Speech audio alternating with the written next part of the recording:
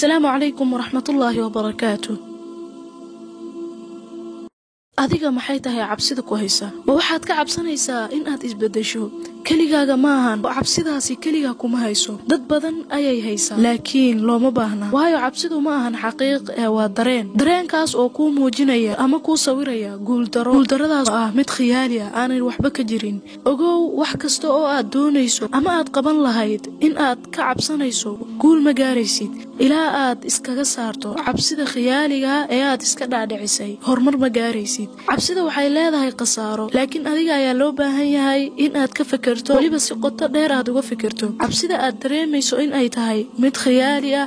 oo aan waxba ka jirin waa dareen aad iska dhaadhicisay oo ku tusaya guuldaro iyo in aad cabsi dareento ugana istaagto wax aadan macluumaad ka haysan ama aadan arkin guushooda ama guuldaradooda isla hawshii aad ka istaagto uu bilaabo qof kula mid ah isna uu ka faa'iido ama uu ka xaqiijiyo guul la taaban karo ogow taasina inay tahay khasaaradii ay cabsidu lahayd adigana kugu dhacday waayo waxaad lumisay oo baabi'isay fursad ku soo martay waliba cabsi darteeda ma ahan inaad ka cabsato guuldaro ma ahan inaad ka cabsato fashil ku yimaada qorshahaaga ama hawlahaaga ula dhaqan guuldarada sida saynisyahanada oo kale waayo qofka saynisyahanka ah marka uu sameeyo tijaabo waxa u soo baxa natiijooyin fara badan oo kala duwan natiijooyinkaasi qaarkood waa faa'iido qaarna waa guuldaro iyo fashil laakiin ogow dhammaan natiijooyinkaasi waxa ay tilmaamayaan xaqiiq tijaabo kastana waxay noqotaa mid horseeda ama tilmaanta xaqiiqda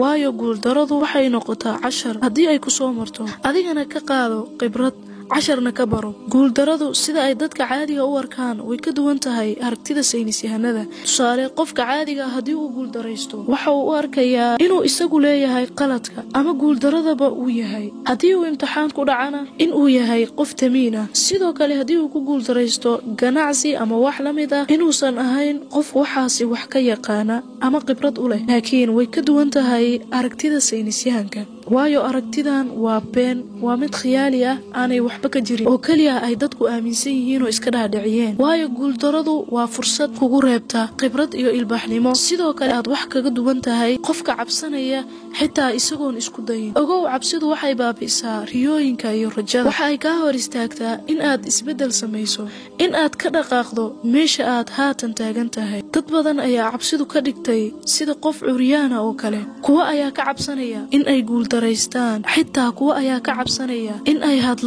ay ka hadlaan danahooda in ay sheegtaan dareenkooda ayna ka soo horjeestaan waxyaabaha aysan rabin waayo waxayba ka cabsanayaan in ay ku dhawaaqaan kelimada ah maya sidoo kale kuwa ayaa ka cabsanaya inay dadku la yaabaan haddii ay soo bandhigaan ama ay ka hadlaan fikirkooda laakiin ogow xabsiga ugu weyn oo qof bani aadam ah galo inuu yahay ku dhex noolaanshaha cabsida faraha badan ee khiyaaliga ama aad iska dhaadhicisay iyo inuu qofku maskaxdiisu ku weynaato waxa ay dadku u malayn karaan balse ogow dadka ka baxa xabsiga oo maskaxdoodii raaca iskana saara cabsida waa kuwa guulaysanaya dadkana ay soo raaci doonaan xitaa kuwii cabsan jiray haddaba adiga ka bax xabsiga aad ku jirto iska baar geesinimo hadda ku dhaqaaq qabashada howlahaagii oo cabsidu kaa joojisay waxba ha ka cabsanin adiga oo aanay ka ahayn cabsida aad ka cabsanayso rabbigaaga inta kale waa dhalanteed iyo khiyaali oo aad iska dhaadhicisay iska saar cabsida beenta waxa ay baabi'inaysaa noloshaada waxa ayna caqabad ku tahay